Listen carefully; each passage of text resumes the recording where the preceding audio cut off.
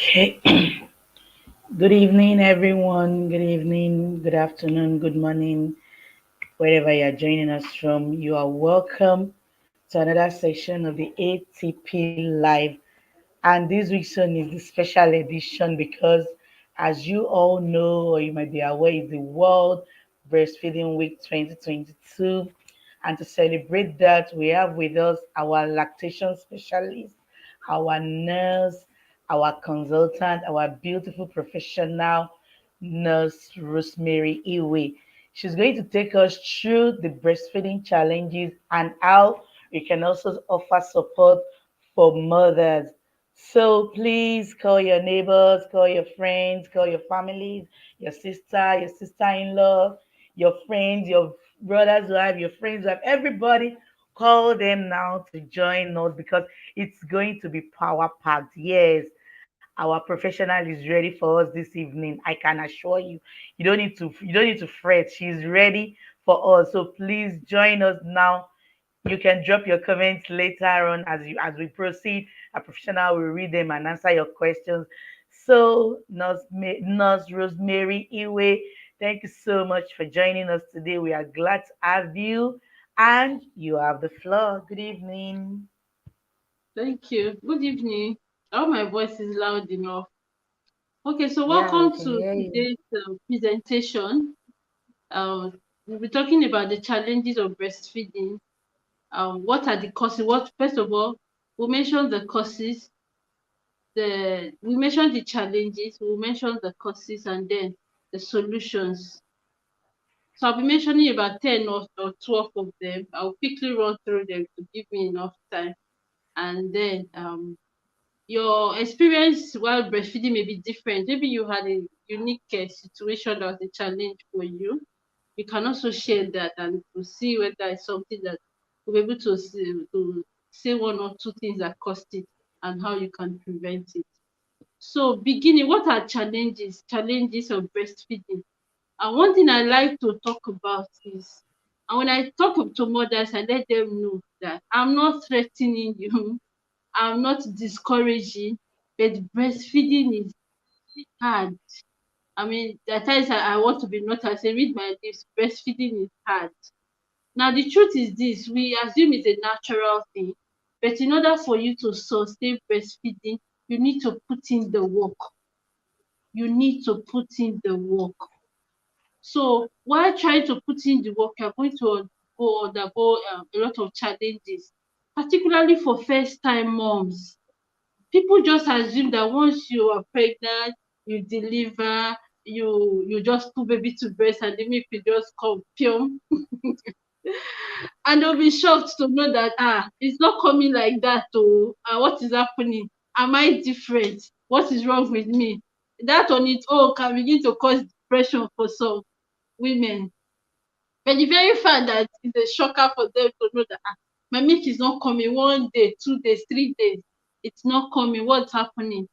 For some women, that's new completely. They never expected that. So one thing I like to talk about is prepare to breastfeed. Don't wait until you start breastfeeding before you start preparing. Prepare before you are ready to breastfeed. Prepare before you are ready. If you can write it somewhere, write it. Prepare before you are ready. Start planning. They say if you fail to plan, you plan to fail. It may just be applicable to breastfeeding. Another thing is you have to prepare your mind. So I guess it's part of the planning too. Do you want to breastfeed or you don't want to breastfeed? Because I see some mothers who say, whichever one works for me, I'm open to anything. Yes, I appreciate and I understand what you mean by you're open to anything. But when the difficulty of breastfeeding comes, for somebody like you is open to anything, the next option may not be that you continue the breastfeeding. So you need to know that I want to breastfeed. You go the extra mile, put in the work so that the breastfeeding will be successful. That is just a preamble. So having said that, I'd like to talk about what are the common breastfeeding challenges that mothers go through. Number one, assistance. You need assistance for breastfeeding. Yes, you need assistance. So begin to plan now. Who are the people that will support you? when you want. So ensure that your husband is in your corner. Does your husband agree that you are going to, is it a plan for both of you that we are going to breastfeed this baby? Does your mother-in-law agree? In fact, 90% of mother-in-laws, they actually agree. I've seen mother-in-law who said, no, put that aside, breastfeeding first. I mean, when the challenges come, that may be a different story, but the first step they make is breastfeeding. Everybody is breastfeeding. So is your mother-in-law aware that you want to breastfeed? Your sister, maybe she's the one coming to help you, or your brother-in-law. Whoever is going to be supporting you when you deliver, do they know that you want to breastfeed? They are going to need their help. You're going to need their help. That's why I'm saying get the assistance that you need and plan for it. What do I mean by plan for it? In most hospitals who are not baby friendly, once you deliver, they simply carry your baby away. It's a challenge. I don't know how we're going to solve that. They carry your baby away. I mean, this is a normal delivery. Nothing is wrong with your baby. Nothing is wrong with you. Yet they will still carry your baby away for different reasons. So you don't even get to see your baby. It is worse if it's a CS delivery. Okay, so plan with, even with your doctor, that you want to breastfeed. They should make your baby available for you. So you have to speak up. Where is my baby? Can I have my baby, please? Be assertive to know the whereabouts of your baby. You want to breastfeed, and then that same nurse or health assistant who has carried your baby away, ask them to support you to breastfeed. Because if it's a CS delivery, you may still be under the effect of anesthesia. You may not be able to turn or even carry your baby or whatever, but you can still put baby to breast with assistance. So let the nurse or whoever is there support you to put baby to breast, even if it's just for 5 minutes or 10 minutes, preferably as recommended an hour after delivery. CS is not an injury factor. I'm talking to you from experience. The only thing you need is the willingness to, and the assistance you need. That's what I'm saying. Even if the nurse is not there, your brother-in-law can help you, your husband can help you, your mother-in-law can help you. As long as there is somebody sitting by your bedside, straight out of the theater, unless there's something wrong. If there's nothing wrong, it's a normal delivery. I'm telling you, all the person needs is to help you position baby with a pillow by your side. Hopefully you will have prepared, and you put baby to breast an hour after delivery. But you cannot do that unless you get assistance. And if there's nobody sitting by you at that time, that's where you need the support of the nurses. You may meet a nurse who is willing to do it without it, as you may not meet. So if you do not meet, ask for help. So that's the first thing I'm going to mention. Plan for the help, ask for the help straight after out of delivery, whether CS delivery or vaginal delivery.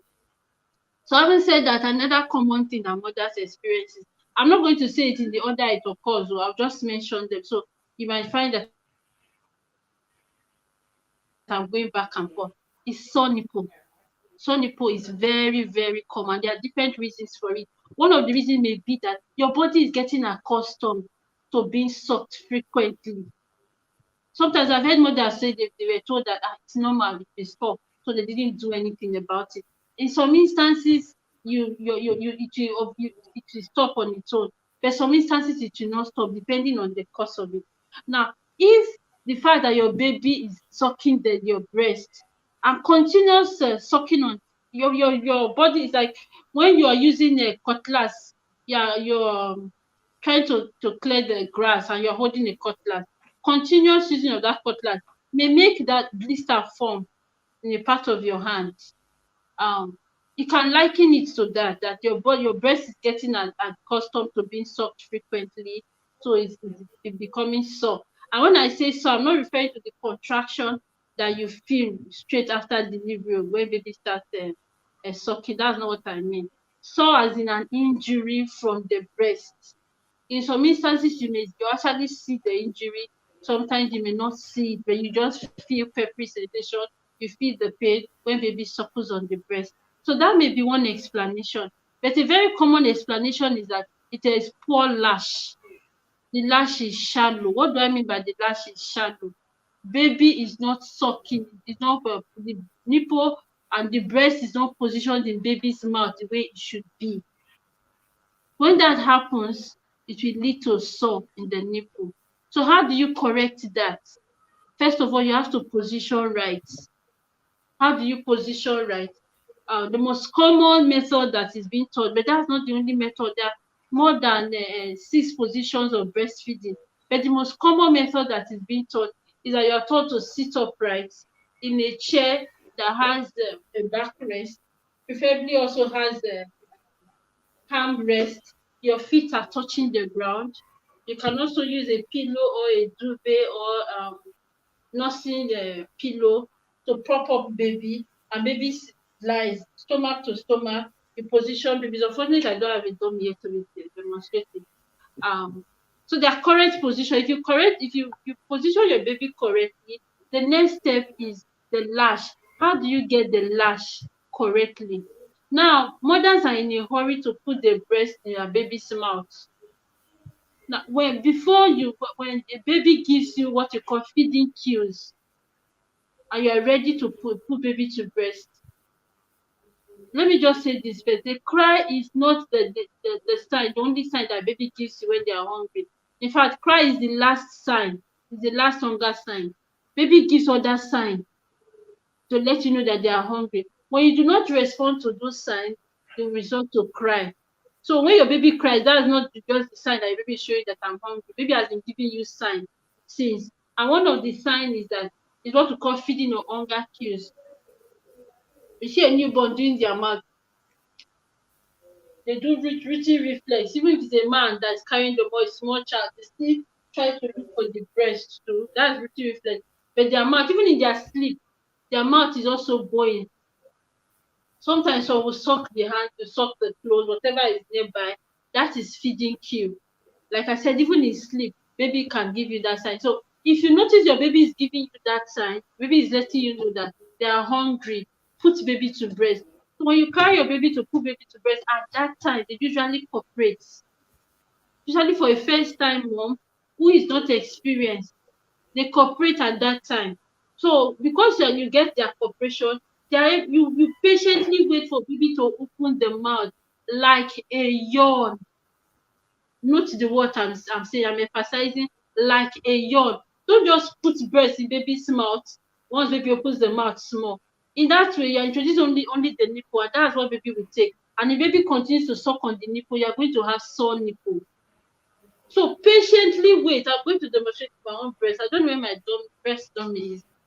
So patiently wait. First of all, you sandwich the breast, what I call sandwiching. It is very common. Can you see me clearly? It is very common for Yeah. mothers to hold the breast like this. Even for a mom who has never breastfed before, the first time they carry a baby, you just see the straight up. I'm still curious to know who taught them that position. How did they learn how to position the breast like this when they breastfeed? Is it that what they see, or I don't know? I'm yet to find out who teaches mother how to hold breast like this. So what I recommend is sandwich. You know, when you're eating a burger, the burger is bigger than your mouth, so you compress and open your mouth wide. It's the same thing with the breast. Sandwich the breast so that it's sort of flattened. The nipple is pointed and waiting for you. It's flattened, and then gently put when baby opens the mouth like a yawn.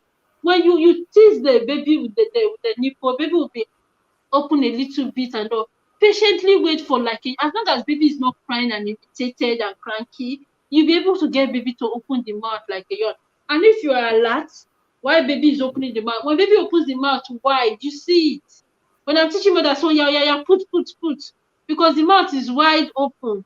The same way you're eating the burger, so you gently ease the breast into baby's mouth. And when they take it, they do not just take the nipple, they take the areola. And such a lash is not painful, and it doesn't cause sore nipple. So most times the major cause of sore nipple is poor lash. Poor lash. I don't know how to emphasize the law. So when you hold your nipple like this, because they are conscious of baby's nose, I understand. But if you learn right, you will know that you can prevent baby's nose. Even in that same position, this is sandwiching I'm talking about. Because when you sandwich, you have to use your thumb to massage the breast. Baby gets more when you massage the breast. When you massage like that, it will not cover baby. Even if you have a big breast, it will still not cover, but it's something that we learn. Okay, you may not learn it, you may not know it immediately, but just disease from holding the breast like this, because your hand is on the place that baby should put in their mouth. So you're not giving baby enough space to hold. That one is one explanation. Another explanation, of course, is the soft and the hard palate. I won't go into that, but just take note of when you introduce the breast, allow baby open the mouth like a yawn, wide like a yawn, before you put the breast into baby's mouth. That way, it will prevent sore nipple. Okay, and then when you have sore nipple, let me be sure I'm following the order that I plan to follow. Okay, wrong flange size can also cause sore nipple. Wrong flange size. Now, for most mothers who use breast pump, they assume that all flanges are, it's not one size fits all. Oh. Note that now. If you know what I mean by flange, is a part of the breast pump that's like a funnel that you put on the breast to help, that helps. You understand what I mean? If you are a nursing mom, that thing is called a flange, and it is not one size fits all. There should be an appropriate size. If you are using the wrong size, it can also cause a sore nipple. Now, how do you know your correct size? When your nipple goes through, there should be space around the flange, because when it goes through and it's pumping, your nipple tends to expand. There should be space. It should not be tight. Your nipple is barely going through the opening there. No, there should be space around it. If some expensive breast pump brands would have two or three. In fact, I was intrigued recently. I saw a woman with an uncommon, she didn't buy it from Nigeria, but it has four different sizes of flange in it. And like, these people know what they are doing. They mean business. But you don't get those kind of things around here. The most you get is two sizes, 24, 26 is what you get. That's even for those that come with different sizes. And those brands are quite expensive. So make your what's it called? Plan well now and know that it is not one size fits all. So you may just fall into the category of person who use size, and it may be the cause of your problem. The sore nipple you are experiencing is as a result of the flange you are using. And then tight bra can also cause it too. And then when you pump, you need to understand your pumping machine, the breast pumping machine that you use. So you're not beginning from the highest. If you pump wrongly, in fact, mothers have pumped and they showed me the milk they produce, and half of it, not half, is tinted with blood, because they're probably using a wrong pumping or suctioning pressure. It will cause trauma. When the pressure is too much, it will rupture a blood vessel, and what you see coming out of your breast, in addition to the milk, will be blood. It's very common. Although when that happens, I assume it is not much. I do not encourage you to throw away breast milk. Don't throw breast milk away like that. Because if baby is sucking directly on the breast, you won't see the blood now. It's because it's a container, you will not see the blood, you assume. Except, of course, if you are not comfortable, you can throw it away. But you will not hear it from my mouth in most instances to throw it away.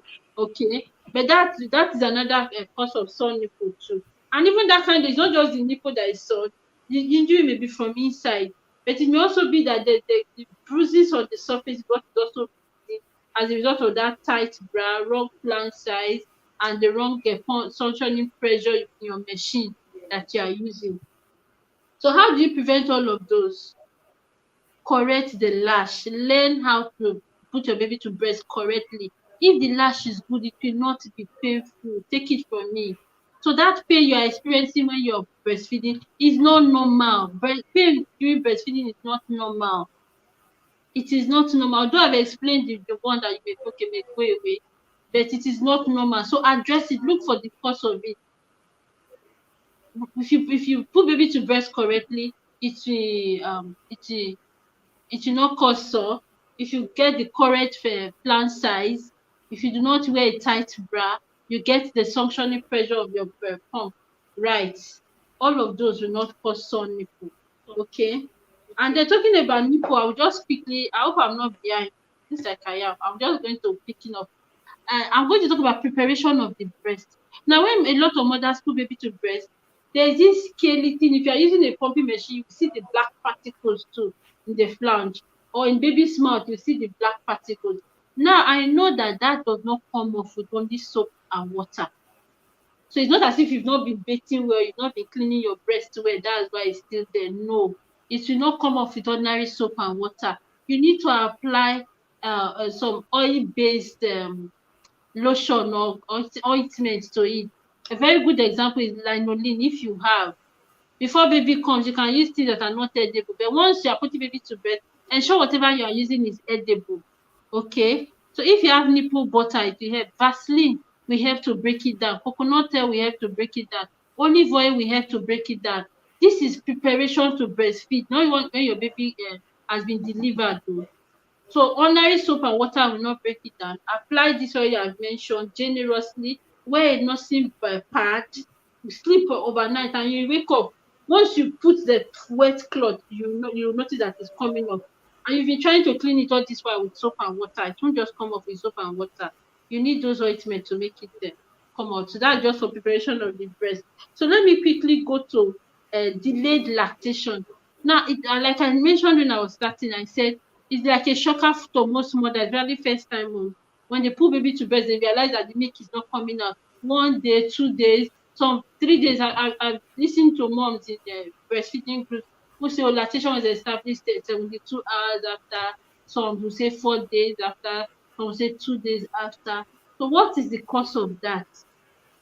Okay, normal physiology will help us understand that when the progesterone, there's a lot of progesterone in your bloodstream, prolactin, which is the hormone that helps breast milk to come out, will be suppressed. So as soon as the placenta is delivered, the amount of progesterone reduces and prolactin is increased. So at that stage, there's a lot of prolactin in the body. And note that your body started producing breast milk when you were 16 weeks pregnant. Not 30 weeks, not 38 weeks, to 16 weeks pregnant. But because of the amount of progesterone, you will not be able to produce it because the prolactin is suppressed at that time. But as long as soon as the placenta is delivered, progesterone drops and prolactin increases. So if you do the right things, for more than 60% of the time, lactation will be established. Now, the difference between lactation being established and increase in flow. Now, you may not have the quantity you may be thinking you would have, but lactation will be established. Remember that when baby is delivered, all baby needs is a small quantity of breast milk at that time because the size of the stomach is small. But of course, even as small as that size, it has capacity to expand. So if you put 30 mils, it will take it. If you put 60 mils, it will take it. But that does not mean, oh, we're not feeding baby well. That is why his baby is able to tolerate 60 or is even able to tolerate 100. No. It's just that the stomach has ability to expand. But the quantity at that time is small, as long as it is frequent. So if you produce a tablespoonful soon after you deliver, it is good enough. I remember colostrum at that time, the volume is not much. So if you produce that every 1 hour or every 2 hours, we are good enough. So don't look for volume when you just deliver. So it will take me back to delayed lactation. It will bring me back to plan before you are ready. It is not when baby is there, baby is crying, baby is cranky, you want miracle to happen, the milk to come out. No. Prepare the breast. In fact, there are situations where if you have the medical conditions that can inhibit your flow, like if you have hyperthyroidism, there are some conditions that there are instances where you can work with your doctor to do what you call pre-colostrum collection. You start collecting breast milk before you deliver. It is very possible. So that as soon as the baby is delivered, you continue producing the small volume that you've been preparing before, that you've been producing before. So prepare the breasts.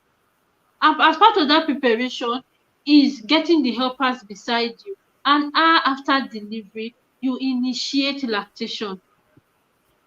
Let baby suck every 2 hours. Every hour if you can do it. In between, I encourage breast pump, though it will take me a long time to defend that or to explain to people who are against it at that time. But there's a reason for it because I believe that having something stimulating the breast is better than nothing stimulating the breast. Okay, so by that time, what is needed is frequent stimulation of the breast. So you stimulate frequently, and then there's a method that has worked for me 100% of the time, regardless of, okay, very few mothers do not work with what we call hand expression at that time, because the volume is small, and then baby may not be with you. Depends on dynamics of the hospital or what is happening at that time. So whether baby is there or baby is not there, apart from putting baby to breast, you hand express. And how do you hand express? Your thumb and your index finger is positioned on the breast. Remember how I said you sandwich the breast? So you position it an inch away from the nipple. Assuming this is the nipple, the thumb and the index finger position. This is my thumb, this is my index finger. Position an inch away from the nipple. So you press. When you press like you're pressing the breast backwards. You press, compress, like you're bringing the two parts of the breast together. Press, compress, release. Press, compress, release. When you do that, you get drop by drop. A drop is all we need to let us know that lactation is going to be successful. Initially, the fluid that comes out is a clear, colorless fluid. But as you continue, you begin to see the color that you know as milk or colostrum. But that and the expression that you do, you use a spoon or that cup of syrup that you use in measuring syrup for babies, or a spoon. Preferably, I like a spoon because it will come drop by drop. That drop, if you use a cup, it will get lost in it. You will not be able to retrieve it. But in a spoon, you can put it by the side of baby's mouth and baby will lick it off. So nothing gets wasted. So if you're able to get one drop, you continue again. Press, compress, release. Press, compress, release. If you keep dropping one drop, two drops, three drops, baby can lick off that drop out of the spoon. Nothing gets wasted. Nothing is thrown away. But whereas if it were in a cup, you'll not be able to retrieve it in a cup. So it's either you're putting baby directly to breast and that small volume is entering baby's mouth, or you're hand expressing with a spoon. Now, the issue with putting baby to breast, baby may still be learning how to latch. Baby may not even be so sleepy, maybe it's not even sucking the breast at all. And you may even still be drowsy. And still be, although you want to, I've seen mothers who, even though they are still in slight pain and still with anything that has to do with providing milk for their baby, come now, come and do it. They make themselves available. As long as you're not causing them extra distress. So you as the person assisting her, you have the spoon there, you are expressing it into the spoon, and then you put into baby's mouth. Even in sleep, baby will lick it out of the spoon. So that's another way of ensuring that delayed lactation does not occur. So from day one, you can start doing what I'm doing now. So from day one, you get that volume to start giving to baby. And as you continue to do it, demand drives supply, the volume increases. Before you know, you are filling half of a teaspoon, you are filling a teaspoon, you're filling a tablespoon. In addition to direct suck, it's just that when baby is not there's no opportunity to do direct suck, you still do not just leave mother alone. If mother is able and willing, you hand express. So in addition to direct suck and expressing, there's no way you would experience the delayed lactation. Okay. Another one I want to talk about is inadequate supply. There are different causes of inadequate supply, and this inadequate supply is really when you get home.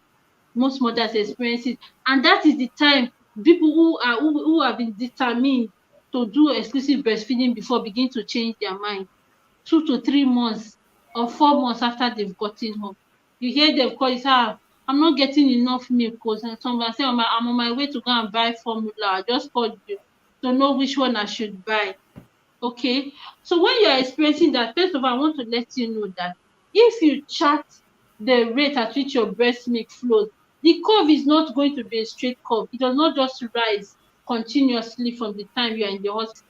There are periods where there's increased supply, there are periods where there's reduction in the supply. So how do you handle it to ensure that you always have milk flow even when there is a reduction in supply? One method that I encourage mothers to do is to create stash. Have a quantity that you put away for that day that where there will be a dip in the supply.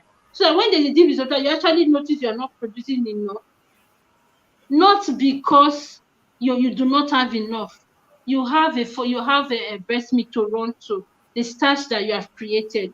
Although at this stage you are encouraged to do a lot of direct suck because you may still be at home, you have not resumed work. But even from the on go, start looking forward to creating starch.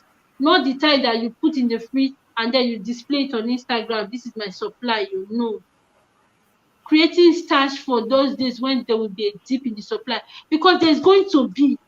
And if you do not have breast milk stored, your next option will be thinking of formula. And formula is not the immediate next thing if you have done your own work right. So always have starch. Another importance of the starch is that somebody else can also feed baby. Later on, we'll talk about maternal exhaustion. You just need sleep. You want to sleep, you are tired. So if you have created starch, somebody else can feed the baby. You do not have to wake up all the time to feed baby. So that the 6 months exclusive breastfeed, you'll be able to do it. If you're always tired, you're exhausted, you're tired, you won't be able to do it. So if you have starch kept aside, somebody else can help you to feed. I need to run to picking up. I'm still behind. I see that there is my time is going and I'm still backward. So that is it about the inadequate supply. And then there's what is known as growth spot too, or cluster feeding. There are periods when you see the baby is never satisfied. They are always sucking, always sucking. You feed them 2 minutes, the next 1 minute again they want to suck. There's a period like that. It's in the cycle. It's normal to have what you call a cluster feeding. In fact, one advantage of cluster feeding is that the more you empty, the more it comes. The more you empty, the more you get. But you are maybe too exhausted actually to meet up that supply. There again is when we fall back on the starch you have created, because there are going to be periods where you are producing enough. You actually know you are producing enough. And then in addition to that, another question you ask there is how many times are you putting baby to breast? I see mothers say, oh, put baby to breast 4 times or 8 times. 8 times is even good. You see 3, 4 times. Now you have, like I said before, that demand drives supply. If you do not create enough demand, it will not drive supply. So you have to, how many times are we looking at? I want to ask a mother how many times, and mother will say, uncountable, I cannot count because I'm always putting baby to breast.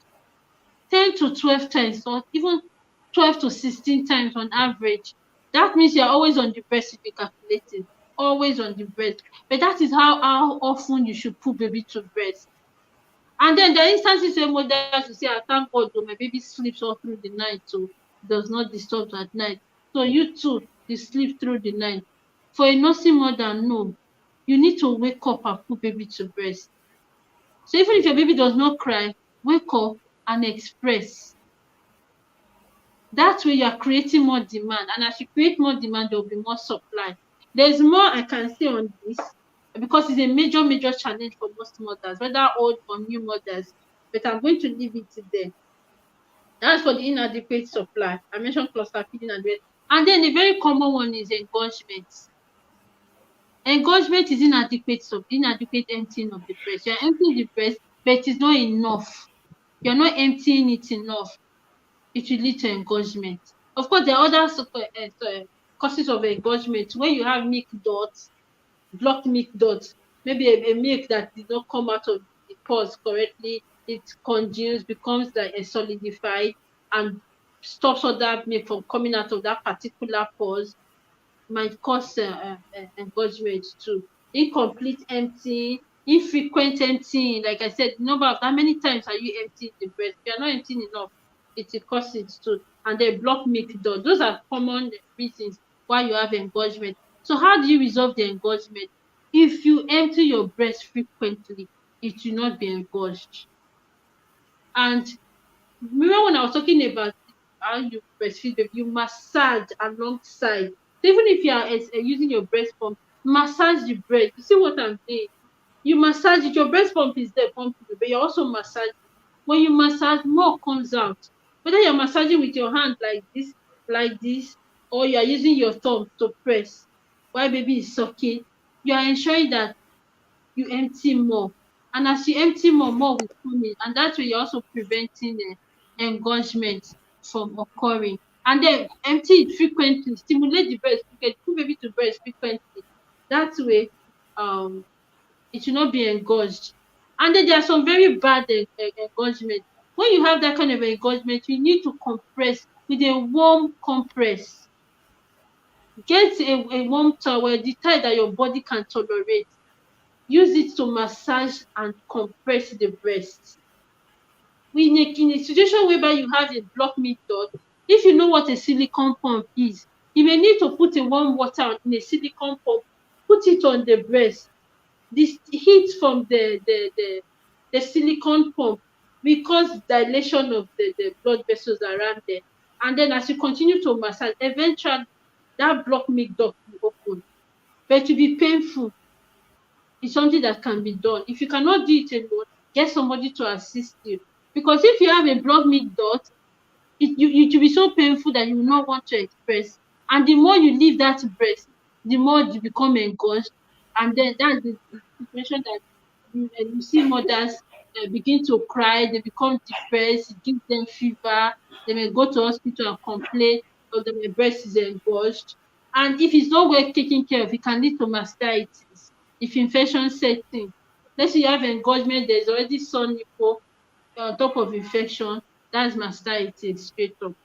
So if you empty correctly, empty well, you will not have that.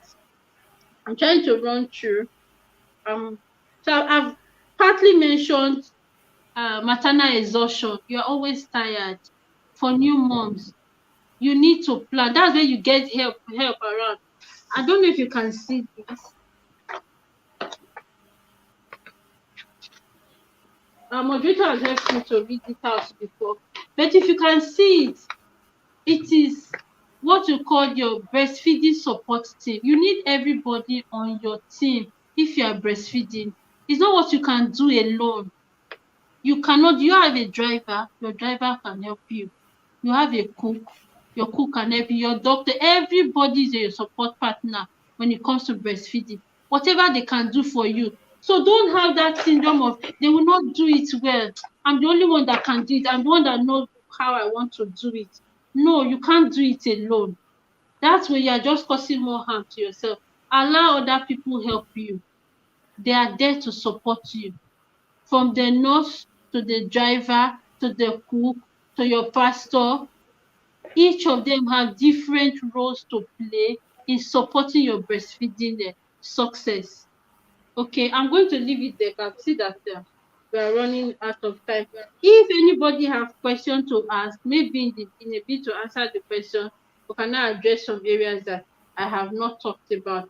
But if you do not go away with anything, I want to let you know that it is possible to breastfeed. And breastfeeding is not easy, but it is doable. It is not. Not everybody has hyperlactation syndrome where they just produce breast even if they do not want to produce. So because you want to do it, you have to be intentional about your decision to breastfeed. That's what I get. Know that you want to breastfeed. Either way does not work. I want to breastfeed. For most people, when I see that they're determined, when they put in the work, it becomes a success. You need to be determined and then you put in the work because it's not easy. For more than 60% of mothers, it will not just, the flow will not just be coming out as it like. You need to put the effort, channel it right. With help, it will come out. You will successfully breastfeed. Okay, so don't take breastfeeding as everybody's doing it, I can do it. Plan for it. Don't wait until baby comes before you start planning.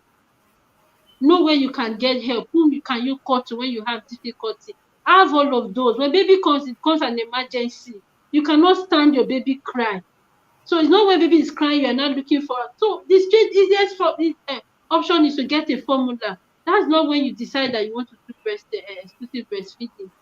So plan before baby comes. That's the major thing. Plan. If you plan well, you'll be able to avert most of these challenges. When they come, you know how to handle them. So let me stop for now. Wow, that was enlightening and interesting, I must say. Like, it's as if you're really talking to me, yes. when I was nursing my baby. I know the kind of challenges I had then. So yes, I can really, really relate to everything you have said. Honestly, if you've not been listening, if you've not been watching us, you have missed out. She has taken us through practically all the challenges or most of the challenges breastfeeding mothers have been facing. Oh, I can't do this. Ah, my baby eats a lot. Oh, like yes.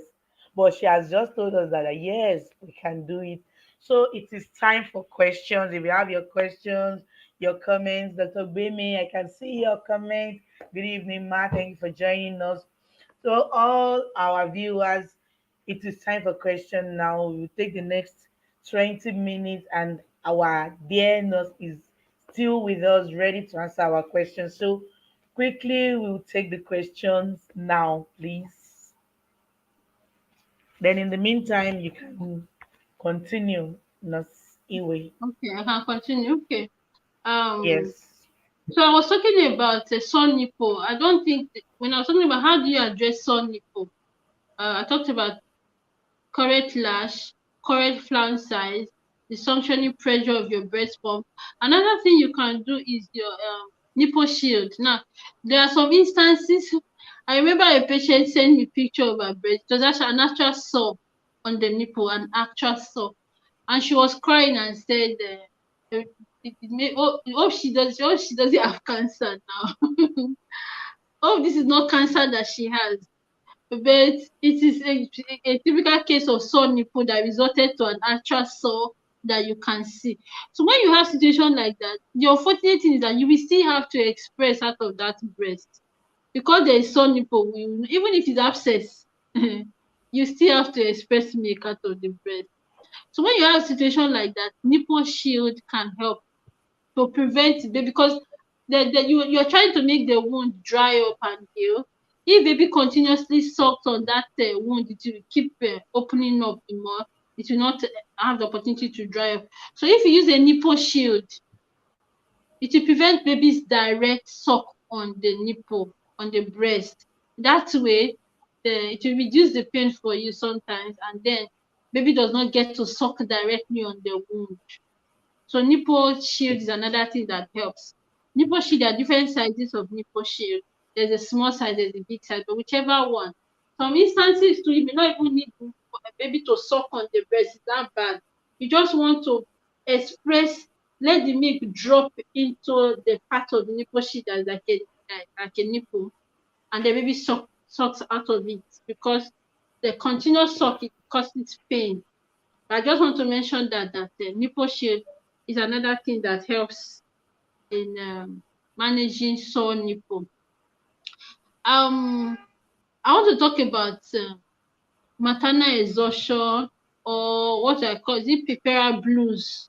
It's not puerperal psychosis. Let's say blues. You have situations whereby a woman feels she's not able to produce. Like when you have a situation, one day out has gone 2, 3 days. In some instances, I've actually seen more than a week after delivery, not even a drop, eh? Not even a drop has come out of the breast. So there are some instances whereby you will need assistance. Yes, there are instances where you need but you need to talk to your doctor. You need to talk to your lactation expert to see what they can do. Although it is not something I usually do, but the more I see the struggles that women face in breastfeeding, I've asked myself, what's actually stopping me from doing that if it's going to help in increasing the supply, especially if they've done everything right. So sometimes medication can just help. It is not common. I do not encourage you to get it yourself. Talk to experts. But if need be, um, you might just go that route. Why am I saying this? For some mothers, when they notice that they are not producing enough, it may just make them get into that depression.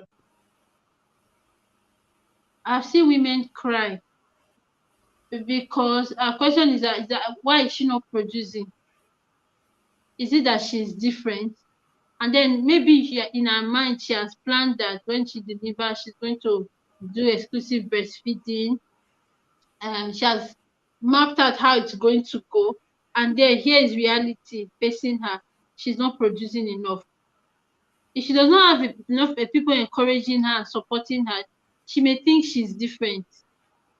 That may lead to, with the exhaustion, lack of sleep and the rest, it may just lead to some form of depression. It is more common than you think. So I'm saying it out to let mothers know that these things happen.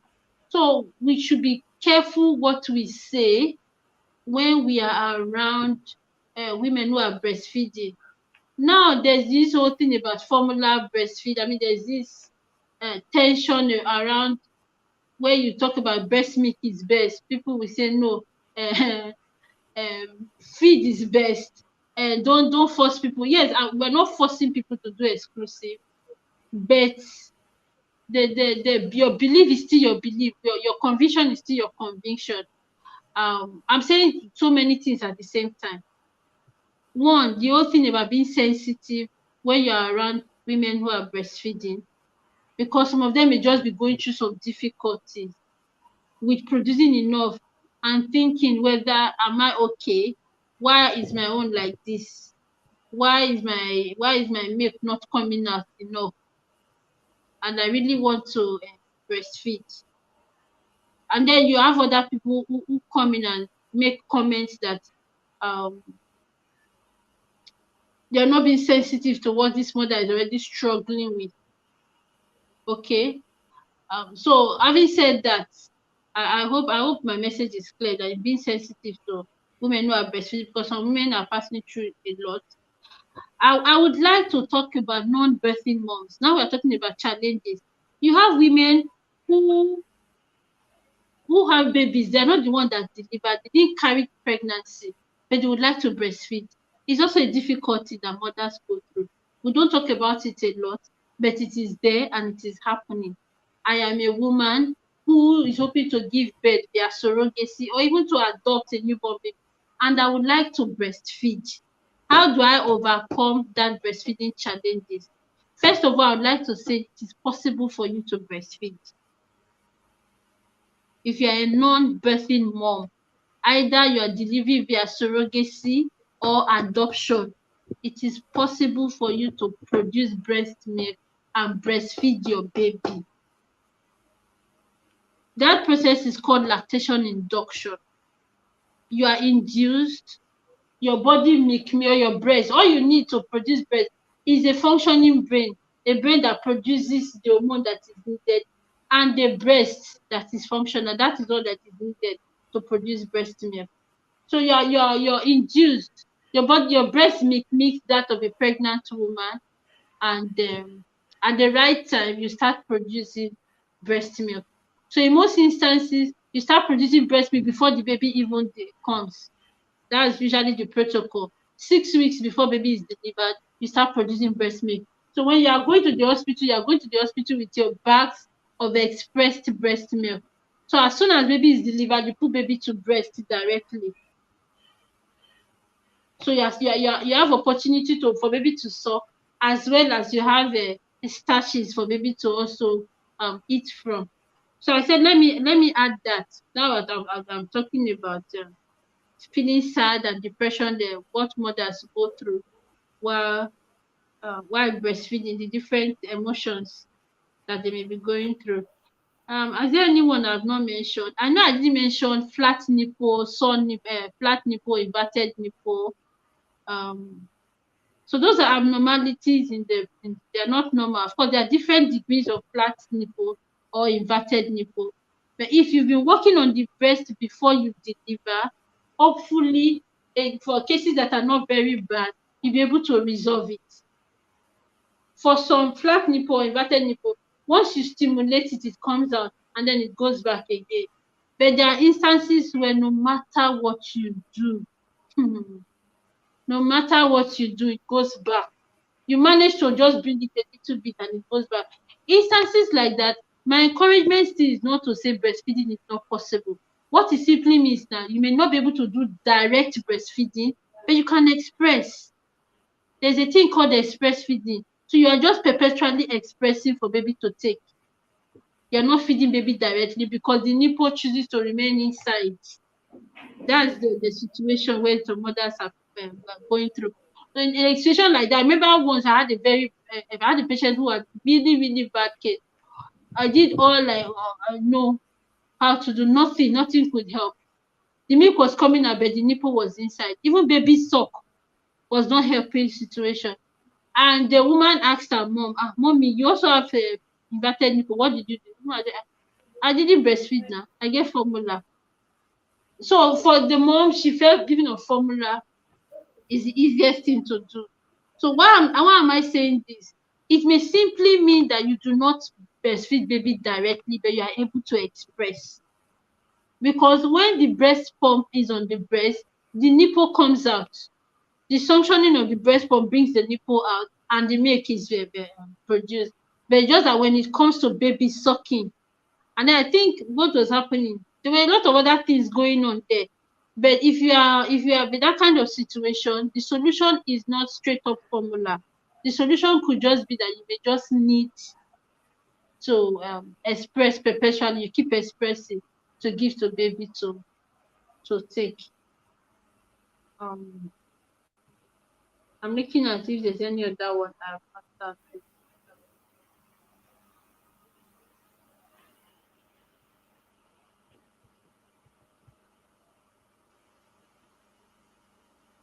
People should ask questions so that whatever else is not coming to my mind. What was your No, experience? in fact, I think it's you've simplified the explanations, you've simplified the topic in such a way. Like even me, I can educate people now conveniently. Let me say that I can enlighten people conveniently. Like, okay, oh, this is what you should do. This is what you should do. So I'm really enjoying it. Honestly, I am. But in the at the same time, you can still ask your questions. Our viewers, you can ask your questions. Yeah, we have a question already. Can nipple cream soothe sore nipples? Yes, nipple cream, nipple butter, it can. Um it creates a soothing effect on the nipple. So it can be, it's one of the things that is encouraged that you should use. Um but ensure that the brand you are using is edible. You don't want to be cleaning the breast each time baby wants, or you washing your breast each time baby wants to suck. So just ensure that the brand you are using is edible, so that whether you've applied it or not, you can put baby to breast irrespective.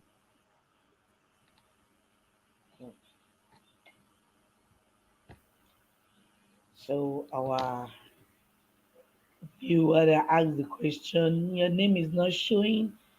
You have your answer already. Yes, nipple cream can actually soothe sore nipples. And as our nurse rightly said, make sure it is the edible one. So if you have more questions, we have like 7 more minutes to the end of the program. So you can still ask your questions.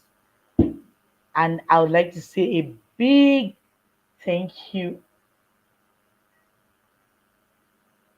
Okay, she said the person that asked the question said you can't hear. Oh, sorry, it's your network.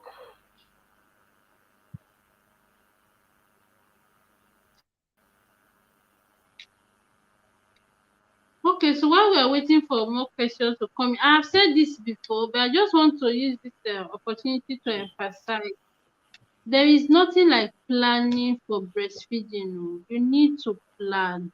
You need to plan. Most of the challenges that mothers go through is because they do not have a plan. They just go with the flow. I'm going to breastfeed baby. You just go with the flow. Plan to breastfeed. If you plan to breastfeed, you will put a lot of things into consideration. What if you do not produce enough? What if this? What if that? How are you going to resolve it? If you have to create stash, where will you put the stash? When you go back to work, how will you handle it? You ask yourself a lot of questions And when what you if are what if planning. NEPA messes up? Exactly. So you have all of those, and then you make a provision for them. Now talking about NEPA, um, that's where getting help. And when I say help, everybody's your support team. They're your support team. I've spoken to moms who had issues with electricity before, and they're like, look, I have a deep freezer in my house, and I have 24 hours electricity. I can store your breast milk for you. That, I mean, you cannot offer that to everybody. But if she had not expressed her challenges with storing breast milk, it wouldn't have gotten to that stage. And then, of course, there also has to be the issue of trust. I know that not everybody will say, I'll give my baby food, my breast milk that my baby will eat to another person to store. But Stranger. she trusted me enough to store. And that breast milk was with me for 4 months. I even thought she has forgotten until the day she called me that she's sending her husband to come and collect her breast milk. 4 months, it was in the freezer for 4 months. And as I speak to you, I still have breast milk in my freezer. So there's maybe just be somebody out there who is ready to create a space for you in their freezer to store your breast milk. If you reach out, if you plan, there are more people willing to help you than you know. So plan. Okay, we Don't have a take breastfeeding question. for granted. We have a question. Okay, the previous person that asked the question is asking, can she use coconut oil or shea butter? Coconut oil, if you know the source, because remember we're talking about the edible brand. Shea butter, what has it gone through? Is it something that you can eat? Do you know how it was, the particular one you have, how it was produced? Coconut oil, if you are sure that, oh, this is a good brand, you trust it, it can be used. Yes, I particularly would go for coconut oil instead of shea butter. Okay. Chantel Joy is asking, in a situation whereby the baby did not empty the first breast and sleep off, when he wakes up, will you continue with that one or go over to the next one?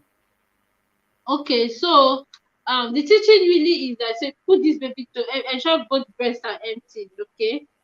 Now, how do you know baby did not empty? Of course, maybe the breast was heavy. After baby they slept off, the breast is still heavy. If you also pump, if you pump with breast pump, my suggestion would be pump the remaining one with your breast pump and put away. Pump that same breast that baby has suckled on. Use your breast pump. If you pump, not everybody pumps. If you pump the remaining one, so you start with the next breast when baby wakes up. But if you're not pumping at all, then I will still suggest that you start with the other breast that you have not touched at all. Because if you consider both, which of them has the chances of getting engorged is the one that has not been touched. I don't know if you understand what I'm trying to say. This one was half, it's not completely empty. There's still breast milk in it, baby slept off. Except you are telling me that one of them is completely empty, one is not fully empty. Then you can start with the one that is not fully empty. But if you didn't have the opportunity to touch the other breast, start with the one that you didn't touch at all. And then you go back to the other one that you touched. Okay. Olupo Nervziba is asking, what's the topic on discussion? Wow. Okay. We're talking about breastfeeding challenges and support for mothers. Thank you. So Queenie is asking, good evening, ma. Well done. Please, I want to ask, if a woman that just gave birth and her breast is not flowing and the baby keeps crying, can she give the baby supplementary food? Thank you. What are you calling supplementary food? You should name Baby food, something. she that's in brackets. Baby food. Baby food. Okay, so depending on your plan, if you want to do exclusive breastfeeding, already that is a no-no. That is a no-no. Exclusive breastfeeding is the giving of baby only breast milk with no supplement at all, exclusively for 6 months. No water even, except medically indicated. So if your plan is to do exclusive, you cannot give. That is why we're talking about you need to plan. You need to plan. If you plan right, if you have the support we have spoken about, something will come out of your breast. Of course, there's the situation of hypoglycemia. Is baby hypoglycemic? There are other ways to manage hypoglycemia with that formula. So depending on where you have delivered, depending on the help available. If you want to do exclusive breastfeeding, you do not have to give no supplement, no water, no supplementary feeding. Hypoglycemia can be managed. Okay. So, Queenie, you have your response already. If you want to do breast exclusive, you can do it. Yes, that is what Let me our just nurse also just add told us. here too that donor breast milks are available. The lot is called donor breast milk, but a lot of mothers do not want to hear it. I will give her a bear. It's the same thing with blood. Do you not take people's blood? And these people have been screened. So it's not as if you pick people from the streets and collect their breast milk to be given. They have been screened. So it's not just any breast milk at all at all. So people should be open to collect donor breast milk. People have been generous enough to give their breast milk for mothers who are in need. Instead of saying you cannot give, you cannot. If there's donor breast milk available, accept it until your supply comes in. Thank you. Thank you so much. I hope Nigerian mothers and mothers generally will keep their options open to the donor breast milk. Just as you've explained, since we take blood, we can also take that. So, It's the same yeah, thing, it's been it's screened. time we can now round up the program. Any final word for our listeners? Okay, you're asking me my final word, right? Yes, like we're about to round up now. So my final word is still the same thing I've been hammering on. Considering the number of breastfeeding mothers I meet, what I've come to learn over the years, I want to say breastfeeding is not as easy as you think. It may be easy for your auntie or your mom that time, but it's not easy for more than 70% of breastfeeding mothers. So plan to breastfeed. Don't allow breastfeeding to just happen to you. Plan. Know where you can get help. Know have your options available. Don't just go with the flow. If you go with the flow, you will end up not doing exclusive if that's what's on your mind to do. And when you are determined that you have planned, 100% of the time, they are successful. I can count a number of people when they determine they want to do it and they do things right, they always succeed in doing their exclusive for 6 months. So Okay, let's take this last question before we round up. I want to ask for those that lactate very well, how will you know that the baby fed on the end milk when the baby is fed at about 10 to 15 minutes because the milk flow is high? how would you know 10 to 15 minutes? Okay, so one way of knowing this is your breast was full when before you started breastfeeding baby. To know that you have you are fed baby, the breast becomes lighter. And then if you feel the volume is so much, 10 to 15 minutes, I actually feel 10 to 15 minutes, depends on the rate at which baby sucks and the rate it flows. Usually I will say 30 to 40 minutes. Yes. And if for instance baby is not able to get the hind feed now at this feed, the next feed baby will get. So sometimes that's what I was talking about. Expressing. If you express, eventually baby will get that milk that you've expressed out. So it may not be at that particular feed, but as a subsequent feed, baby will get both. All right, so thank you so much. Thank you to our viewers for joining us. Thank you, Nurse Rosemary, for this power packed session. I really enjoyed it. And I hope our mothers out there, you've picked one or two. In fact, this one is even more than one or two things. You've picked a lot from today's lecture, and going forward, you should be able to apply what our beautiful nurse must have explained to us today. So, till we come away again in another ATP Live with another interesting topic, do have a wonderful evening and enjoy the rest of the week. Bye.